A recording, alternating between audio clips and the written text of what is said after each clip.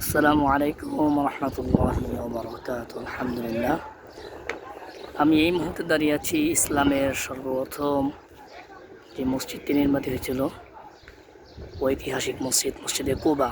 রাসূল আরবি সাল্লাল্লাহু আলাইহি ওয়াসাল্লাম মক্কা থেকে মদিনায় হিজরত করার পথিমধ্যে যেখানে অবস্থান করেছিলেন, এটা সেই ঐতিহাসিক মসজিদে কুবা।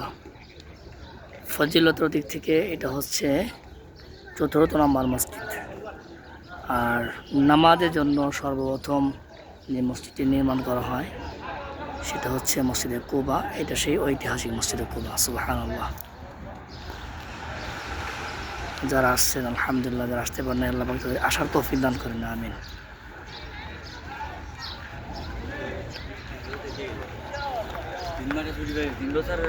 মনমুগ্ধকর পরিবেশ, মাশাআল্লাহ।